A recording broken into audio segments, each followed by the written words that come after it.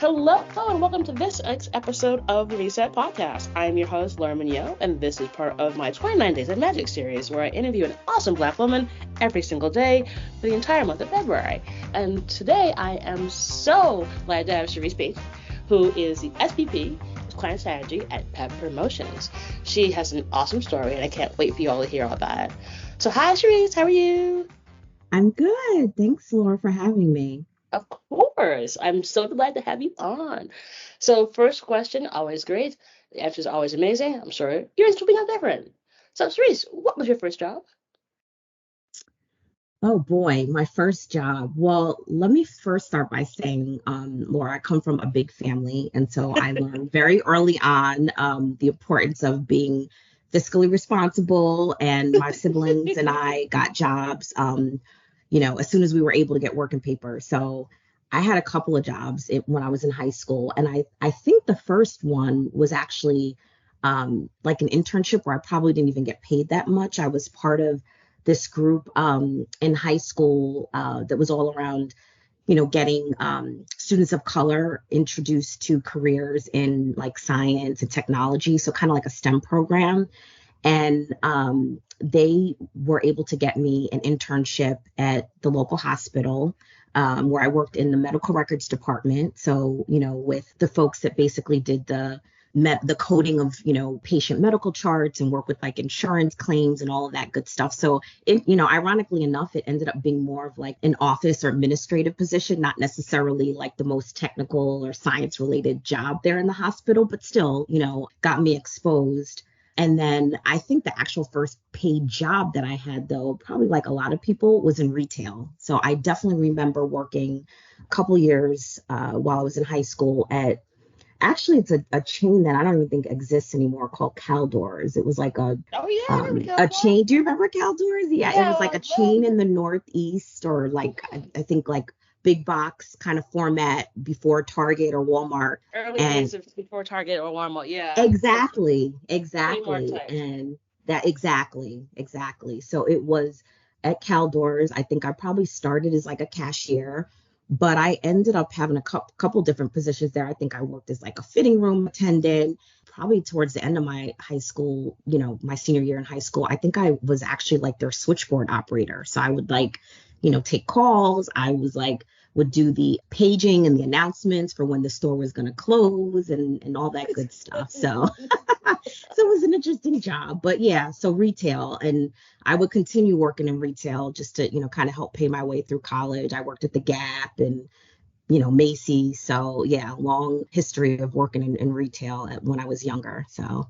I think we all have our delightful retail stories because they all end up being like, this is what I learned. I want to ever do this again, or I've learned a lot yeah. from this, and I'll take that lesson with me. I think, it's definitely a tough retail, but I actually think it's a great experience. Working in retail as a first job, just dealing with, all that can happen, right, when you're right in the line of fire with the customer. So I definitely learned a lot from it. But yeah, glad those days are Are behind. behind you? Ah, Yes. yes. All right, so we've done retail, but now we have this amazing career.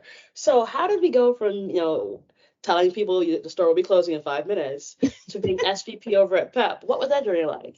Oh, wow. So, yeah, I think for me, when I was in college, I had the great fortune of being in an organization called Inroads, which is still around today. And Inroads is all about, introducing students of color, basically getting them opportunities to explore careers in business. As I was mentioning actually earlier with one of my first jobs, sort of introduced me to like working in that office administrative environment. So that kind of piqued my interest, I think, early on of working in like a corporate setting. And so I found out about in college inroads and applied and was accepted. And so I actually was able to intern the summers between my 4 years of undergrad at Kraft Foods through this inroads program. And the wonderful thing about that is that I ended up after graduating from college with an offer. And so I started at Kraft Foods as a promotion coordinator, so in like a marketing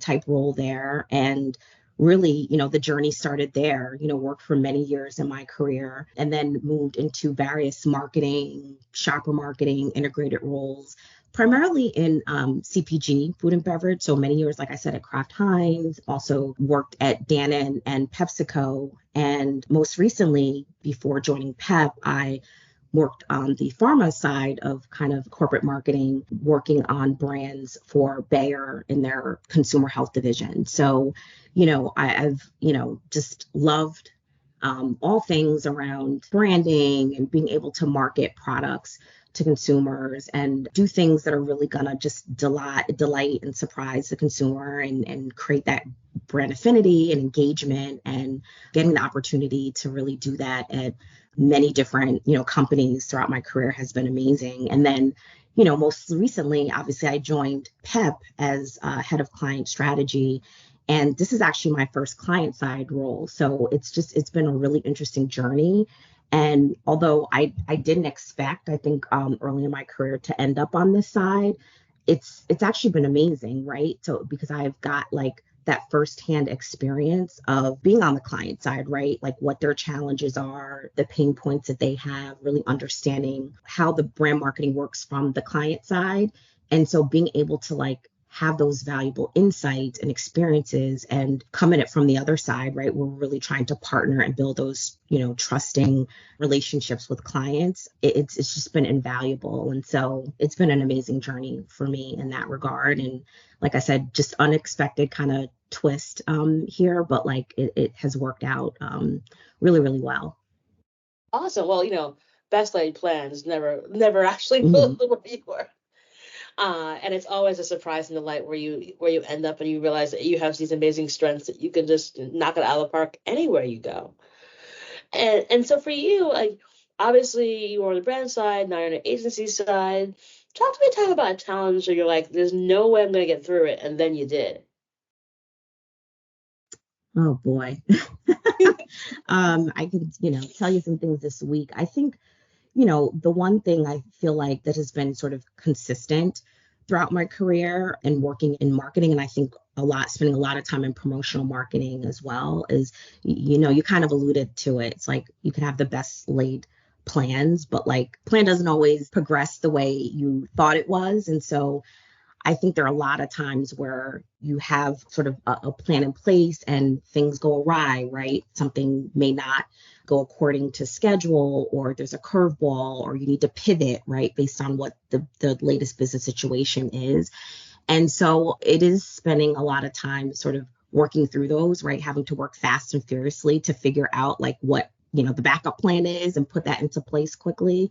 And there are some times where you're not sure, right? Are you going to meet a deadline, or are you going to miss a window of opportunity? And, I think for me, that's sort of sometimes when the magic kicks in, having a team, right, that is very highly skilled and experts in being able to sort of pivot when needed, and just persevering, right? Having that constant communication, obviously with the client, whatever stakeholders, and somehow we figure out a way, right, to get through. I feel like that's a lot of times the tempo of the business. You have to be able to change, like change is constant, pivot and figure out a way to sort of persevere.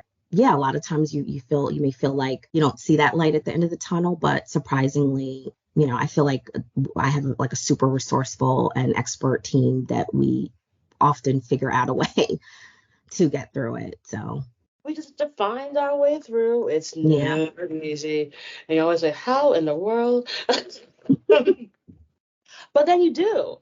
And I think that's the thing. It's like I think that's the fun thing about doing this series, especially, is that Black women we have our we have a spidey sense about how to solve a lot of these problems, sometimes faster and more efficient than most. And I think that that is one of our superpowers, but not superpowers, that we're able to Mhm. just like we'll figure it out. Yeah. That's literally, I feel like there's some days that's my mantra. And you're right. There is something so resourceful about us. Like whatever challenge or curveball is thrown at us, like we just persevere, the tenacity, right? And do it with grace too. But like I think you're right. We find a way. You always have to. You just like, Mhm. we will find a way somehow, some way. But like for you, Sherry, so like, looking back on all the really awesome stuff that you've done, what would you tell your 18-year-old self?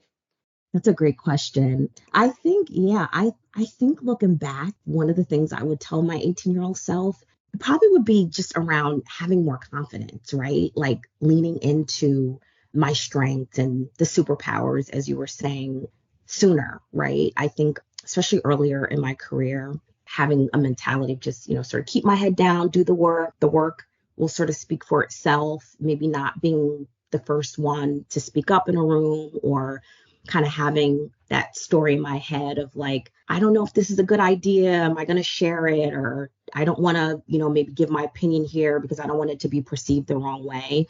And I would just say like, be confident, like don't be afraid, right? To be seen, be heard, to take up space, right? To say all the things that really just show your expertise, the value, right? That you bring to whatever situation or marketing campaign or idea, like just have that confidence to share that. And a lot of times, the work or the outcome is better because I shared. So I would just tell my younger self to do that earlier and more often. Yeah, it really is important. I think sometimes folks seem to forget that, like, no one's going to know how amazing you are unless you tell them. Hmm. So, like, it's kind of the tree falls in the woods metaphor where I kind of have to know that you do this stuff. And I need to know that you have an opinion, that you have a different perspective. When I think about this a lot when I was younger me, that people who knew me when I was in college versus people who know me now are like, you're not the same person. Hmm. Like, Yeah. yeah, because like that was a kid who didn't know how to speak up for themselves. I oftentimes wonder, like, what would I be like now if I was this version of me now at 18? Actually, Hmm. kind of scary. It's like, if I'm being honest, I would never shut up. I now at least sometimes shut up. Sometimes, keyword. But for you, Sheree, what is the one thing that you wish more folks knew about the work that you have to do on a daily basis?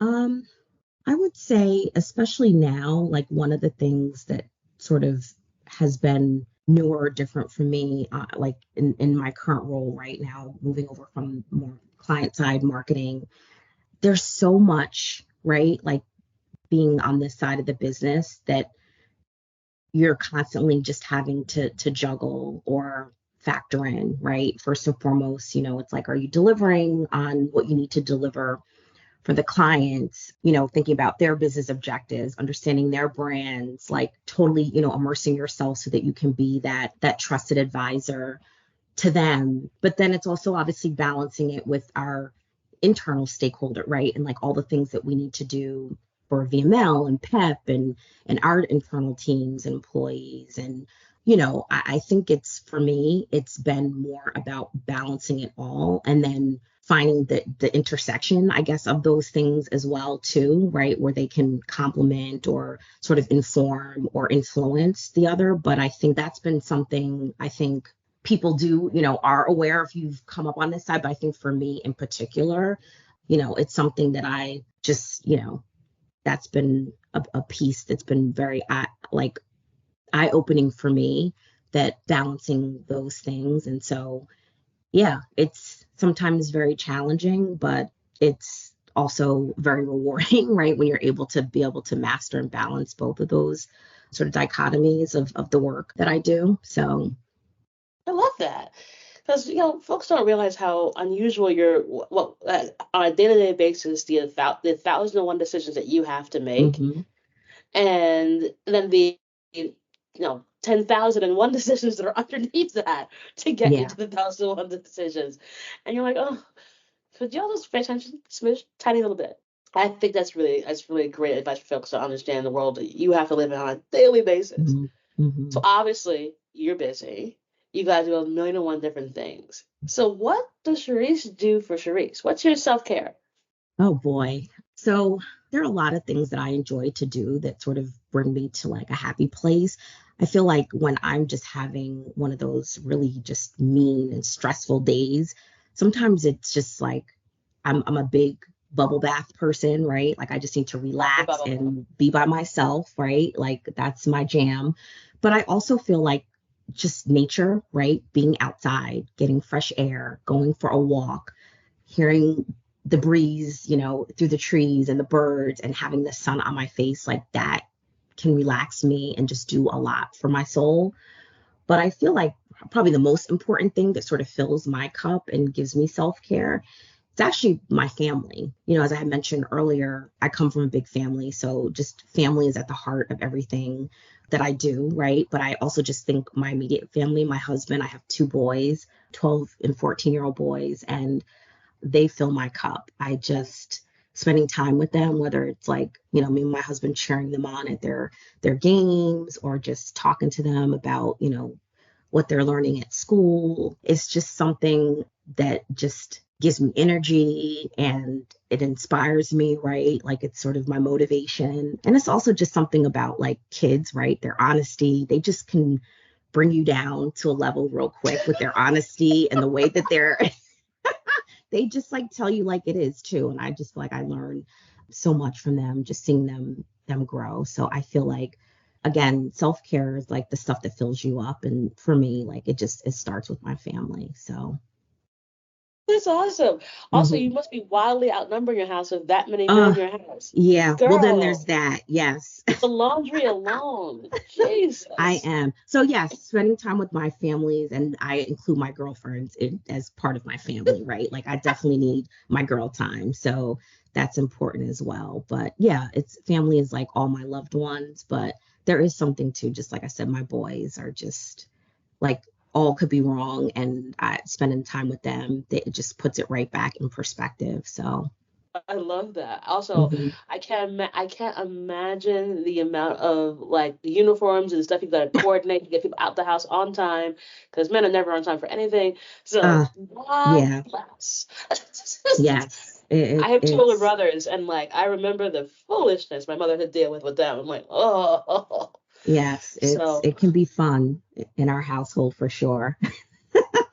you're like to be a fly on the wall. Oh my Yes. God. But it does teach you patience. For sure. Sharice, you're so wonderful. Okay, last question for you. Make it Mhm. really easy. Do you have a give and or ask of the audience? Ooh. I think, you know what, like keeping it in the theme or spirit of Black History Month, right? And I also just think, I'm always saying this actually to my sons too, is like just the importance of reading. And I feel like when you think about everything that's going on right now, whether it's, just here at home in our country with book bans, that sort of political, climate, not to mention, what's going on around the world, all the war and conflict.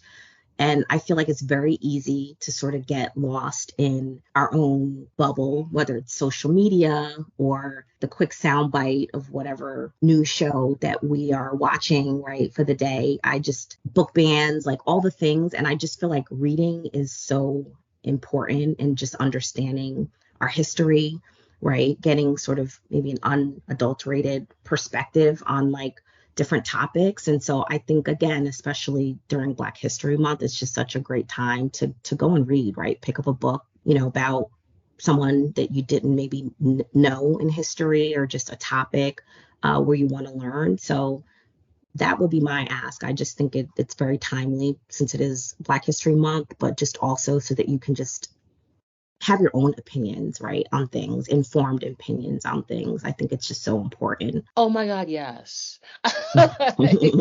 For the love of God, Yes. please, people, can you read? Just read. I really need people to read. Mhm. Because I sometimes look on the internet and I'm like, y'all have never picked up a damn book in your life, have you? Yeah. Or you suddenly discovered something that, like, I read something about like saying that Gen Z was a Columbus generation because they feel like they've discovered stuff that's been around forever and Hmm. always. Like, oh, I had no idea who Tracy Chapman was. Like, that's you a Yeah, problem, that's not you. everybody. Exactly. We knew. Like we all had Yeah. that cassette tape when we were little. So, Yeah. so I think that it is a brilliant, brilliant suggestion and a wonderful way to end the podcast. Tracy, you have been so delightful. I'm so glad we finally got to have you on the show. Yes, thank you again for having me. It's been wonderful, Laura. Awesome. You are such a delight. We'll put notes in the show notes for folks to connect with you. And, you're just, like I said, I adore you. I think you're absolutely wonderful and brilliant. And thank you so much for being part of 29 Days of Magic. Thank you. Awesome. And that is our show.